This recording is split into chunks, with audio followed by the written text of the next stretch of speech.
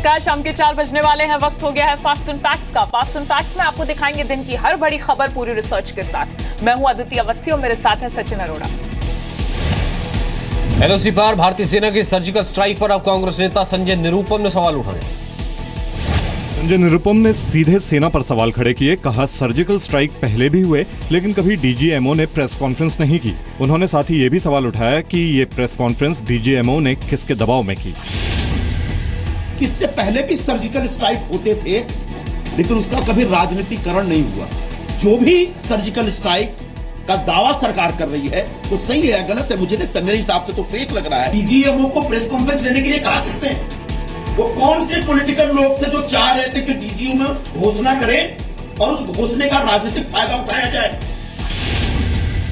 28 से 29 सितंबर की रात को सेना ने एलओसी पार कर सर्जिकल स्ट्राइक को अंजाम दिया। 4 घंटे चले ऑपरेशन में सेना ने आतंकियों के 8 लॉन्च पैड तबाह कर दिए थे। सेना के ऑपरेशन में करीब 50 आतंकी मारे गए। सेना के डीजीएमओ रणबीर सिंह ने खुद इस बात की जानकारी दी। इससे पहले कल पूर्व केंद्रीय मंत्री पी चिदम्बरम ने भी सर्जिकल स्ट्राइक पर सवाल उठाए थे। सर्जिकल स्ट्राइक पर बीजेपी ने आज फिर केजरीवाल को करारा जवाब दिया। कहा, केजरीवाल अपने बयान से पाकिस्तान में हेडलाइन बन गए हैं।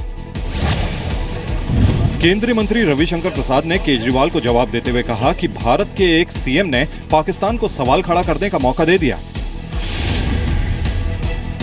देखिए, बहुत पीड़ा की बात है। अगर वो मोदी जी को सैल्यूट करते हैं तो हम भी उनका स्वागत करते हैं, लेकिन उसी समय अगर वो पाकिस्तान के प्रोपेगेंडा से प्रभावित होकर उसका जवाब देना चाहिए तो क्या पाकिस्तान का प्रोपेगेंडा उनके लिए महत्वपूर्ण है या भारत की सेना का त्याग? यही प्रधानमंत्री जी से अपील की थी कि पाकिस्तान के इस प्रोपेगेंडा का मुंहतोड़ जवाब देना हम सब लोगों को, और इस कोशिश में भी हम सब लोग प्रधानमंत्री जी के साथ हैं। अरविंद केजरीवाल ने कल एक वीडियो मैसेज जारी कर सर्जिकल स्ट्राइक के लिए पीएम मोदी को बधाई दी। साथ ही पाकिस्तान के दुष्प्रचार को खत्म करने के लिए सबूत भी मांगे थे। अरविंद केजरीवाल ने कहा कि पीएम ने इस मुद्दे पर जो इच्छा शक्ति दिखाई उसके लिए मैं उन्हें सैल्यूट करता हूं। केजरीवाल ने कहा कि सर्जिकल स्ट्राइक के बाद पाकिस्तान बुरी तरह से बौखला गया है। वे अब गंदी राजनीति पर उतर आए हैं। इसके बाद केजरीवाल ने कहा कि मेरी पीएम से अपील है कि जैसे जमीन पर पाकिस्तान को जवाब दिया वैसे ही पाकिस्तान। केजरीवाल के बयान को पाकिस्तान के अखबारों और टीवी चैनल्स ने प्रमुखता से उठाया, जिसके बाद आज सरकार ने जवाब दिया। जम्मू कश्मीर में पाकिस्तान ने एक बार फिर सीज फायर तोड़ा। राजौरी के नौशेरा में पाकिस्तान की तरफ से सीज फायर तोड़ा गया। नौशेरा सेक्टर के कलसियां कलाल समेत 3 जगहों पर पाकिस्तान की तरफ से गोलीबारी हुई। बहुत फायरिंग हो रही है, रात से सुबह 24 घंटे से फायरिंग हो रही है। पाकिस्तान वाले लोग हैं ना, जो उन्होंने 5 बार इधर गोलाबारी की है। हालात काफ़ी ख़राब है क्योंकि हमारा जो अभी तक एग्रीकल्चर का सीज़न चल रहा है, कल्टीवेशन चल रही है मक्की और हमारी खेती की, तो उस कारण लोग बहुत ज़्यादा डिस्टर्ब हैं और छुपे हुए हैं। सुबह से कहीं ना कहीं कोई अभी बैंकर की फैसिलिटी तो है नहीं। 3 अक्टूबर को पुंछ के शाहपुर सेक्टर में पाकिस्तान की तरफ से सीज फायर तोड़ा गया। कई स्थानीय लोग घायल हुए। 1 अक्टूबर को पाकिस्तान ने अखनूर सेक्टर में सीज फायर तोड़ा। लगातार फायरिंग की गई। 20 सितंबर को पाकिस्तान की तरफ से उरी सेक्टर में सीज फायर उल्लंघन हुआ। 29 सितंबर को भी जम्मू कश्मीर के पुंछ सेक्टर में पाकिस्तान ने सीज फायर तोड़ा। रक्षा मंत्रालय के आंकड़ों के मुताबिक जम्मू कश्मीर में इस साल जुलाई तक करीब 26 बार सीज फायर का उल्लंघन हुआ। बारामूला में शहीद हुए बीएसएफ के जवान नितिन यादव को आज अंतिम विदाई दी गई। नितिन यादव का अंतिम संस्कार इटावा में उनके पैतृक गांव में किया गया। पूरे राजकीय सम्मान के साथ शहीद नितिन का अंतिम संस्कार किया गया। शहीद को अंतिम विदाई देने के लिए लोगों की भारी भीड़ उमड़ी। बीएसएफ के अधिकारियों और जवानों ने शहीद की शहादत को सलाम किया। उनके सम्मान में फायरिंग की। हम लोग सब नितिन की शहादत पर गर्व करते हैं। पूरा गांव, पूरा एरिया हम उन पर गर्व करते हैं। मेरा भाई नहीं, मेरा पूरा परिवार देश की सेवा के लिए तत्पर तैयार है। मेरे दोनों भाइयों ने सेना में ट्राई किया था, उसमें से मेरा छोटा भाई सबसे पहले आ गया था। मैं चाहता हूँ मैं भी उसी तरह अपने भाई की तरह देश की सेवा करना चाहता हूँ। यूपी सरकार ने शहीद नितिन के परिवार को 20 लाख रुपए देने का ऐलान किया है। नितिन कुमार यादव को हम नमन करते हैं, श्रद्धांजलि अर्पित करते हैं और उनके परिवार को 20-20 लाख रुपए की मदद करने की घोषणा करते हैं। शहीद कांस्टेबल नितिन यादव यूपी में इटावा के नंगला गांव के रहने वाले थे। 24 साल के नितिन यादव 2013 में बीएसएफ में भर्ती हुए थे। 5 महीने पहले ही नितिन की पश्चिम बंगाल से बारामूला में तैनाती हुई थी। रविवार को बारामूला में आतंकियों के हमले में नितिन यादव शहीद हो गए थे। शहादत के एक दिन पहले शनिवार को नितिन यादव ने आखिरी बार परिवार वालों से बातचीत की थी। लेह के बाद आज गृहमंत्री राजनाथ सिंह करगिल पहुंचे, शहीदों को श्रद्धांजलि दी, लोगों से मुलाकात। द्रास सेक्टर के वॉर मेमोरियल में गृह मंत्री राजनाथ सिंह ने कारगिल युद्ध के शहीदों को श्रद्धांजलि दी। कहा, कारगिल आकर शहीदों को नमन नहीं करता तो खुद को माफ नहीं कर पाता। जो हमारे कारगिल वार के शहीद हैं, उनको भी मैं अपनी अकीदत पेश करूं। आज मैं अपनी श्रद्धांजलि अर्पित करने के लिए द्रास, जहां वार मेमोरियल है, वहां भी गया था और अपनी श्रद्धांजलि भी अर्पित की है। कारगिल में गृह मंत्री राजनाथ सिंह ने कई डेलीगेशन से मुलाकात की।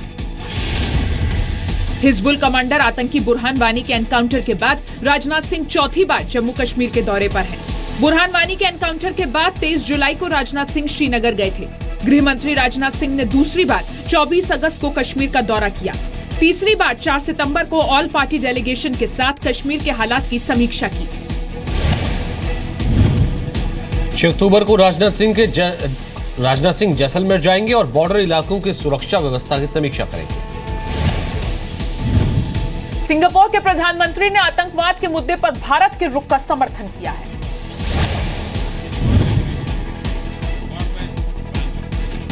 ज्वाइंट प्रेस कॉन्फ्रेंस में बोलते हुए सिंगापुर के प्रधानमंत्री ली सीन लुंग ने उरी हमले की निंदा की। कहा, आतंकवाद से दोनों देश मिलकर लड़ेंगे।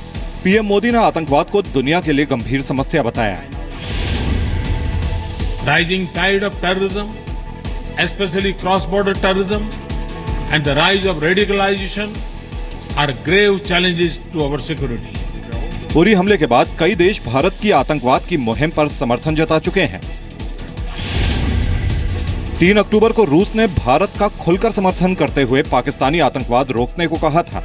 2 अक्टूबर को नेपाल ने सार्क सम्मेलन रद्द करते हुए सदस्य देशों को आतंकवाद के समर्थन से बचने की नसीहत दी। पाकिस्तान पर भारत के रुख का समर्थन करते हुए बांग्लादेश, अफगानिस्तान, भूटान और श्रीलंका ने भी सार्क का बॉयकॉट किया था। आज भारत और सिंगापुर के बीच 3 बड़े समझौते भी हुए। आरबीआई के नए गवर्नर उर्जित पटेल ने मंगलवार को अपनी पहली मौद्रिक नीति जारी की। 0.25% की कटौती के साथ रेपो रेट 6.50% से घटकर अब 6.25% हो गया है। वहीं रिवर्स रेपो रेट 6% से घटकर 5.75% हो गया है।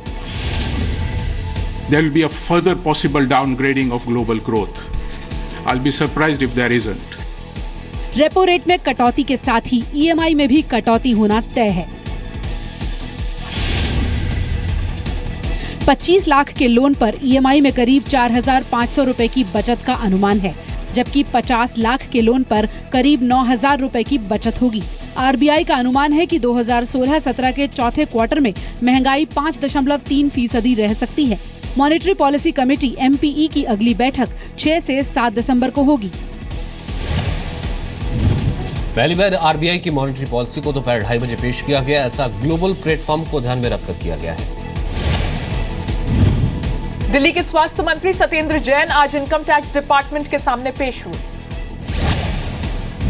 सत्येंद्र जैन पर हवाला के जरिए लेन देन के आरोप हैं। इसी मामले में आज इनकम टैक्स डिपार्टमेंट ने सत्येंद्र जैन से पूछताछ की। सवालों पर सत्येंद्र जैन ने सफाई दी। कहा, वो सिर्फ गवाह के तौर पर पेश हुए हैं। पहली बात तो मैं बता दूं, मुझे कोई नोटिस नहीं है, मुझे सिर्फ एज ए गवाह बुलाया गया है और मैं जा रहा हूँ। देखिए, सबको पता है पॉलिटिकल मकसद है, उसमें क्या दिक्कत है। हर आदमी जानता है कि भी जिसका संबंध नहीं है, 2013 की बात है, मेरा कोई संबंध नहीं, मैं शेयर होल्डर भी नहीं हूँ, मैं क्या डायरेक्टर भी नहीं, कुछ भी नहीं हूँ। इनकम टैक्स डिपार्टमेंट के सत्येंद्र जैन को नोटिस भेजे जाने के बाद पूरा मामला सामने आया था। आरोप है कि सत्येंद्र जैन ने 4 कंपनियों को गलत तरीके से 17 करोड़ रुपए ट्रांसफर किए। इन कंपनियों के नाम हैं Indo Metal Impex, Akinchan Developers Private Limited, Prayas Info Solution और मंगल यातन प्रोजेक्ट। आरोपों के मुताबिक सत्येंद्र जैन ने इन पैसों से दिल्ली की अवैध कॉलोनियों के पास प्रॉपर्टी खरीदी। इनकम टैक्स दफ्तर से बाहर निकलते हुए आम आदमी सेना ने सत्येंद्र जैन पर चप्पल फेंकने की कोशिश की। बीसीसीआई और आरएम लोढ़ा कमेटी के बीच विवाद शांत होता नहीं दिख रहा है। बीसीसीआई चीफ अनुराग ठाकुर ने न्यूजीलैंड सीरीज रद्द होने का इशारा किया है। कहा लोढ़ा कमेटी के अकाउंट फ्रीज करने के बाद बोर्ड आगे का भुगतान नहीं कर पाएगा। जवाब में जस्टिस आरएम लोढ़ा ने कहा कमेटी ने सिर्फ चुनिंदा भुगतानों पर रोक लगाने को कहा है। देखिए, बगैर पैसे के क्रिकेट नहीं चल सकती और भारतीय क्रिकेट कंट्रोल बोर्ड कोई पैसा देश की सरकार से या प्रदेश की सरकार से नहीं लेता है। There is no question of cancellation of any game or series. देखिए, सीरीज के बारे में मैं कुछ नहीं कह सकता, लेकिन इतना जरूर है कि खिलाड़ियों को अगर पैसे नहीं मिलेंगे तो एक बहुत बड़ा प्रश्न चिन्ह भारत की क्रिकेट पर उस समय खड़ा होता है। 28 सितंबर को बीसीसीआई को सुप्रीम कोर्ट ने लोढ़ा कमेटी की सिफारिशें नहीं मानने के लिए फटकार लगाई। 30 सितंबर को एसजीएम में बीसीसीआई ने लोढ़ा कमेटी की सिफारिशें मानने से इनकार किया। जवाब में 30 सितंबर को ही लोढ़ा कमेटी ने कोर्ट के आदेश का उल्लंघन करने पर बीसीसीआई के खिलाफ एक्शन लिया।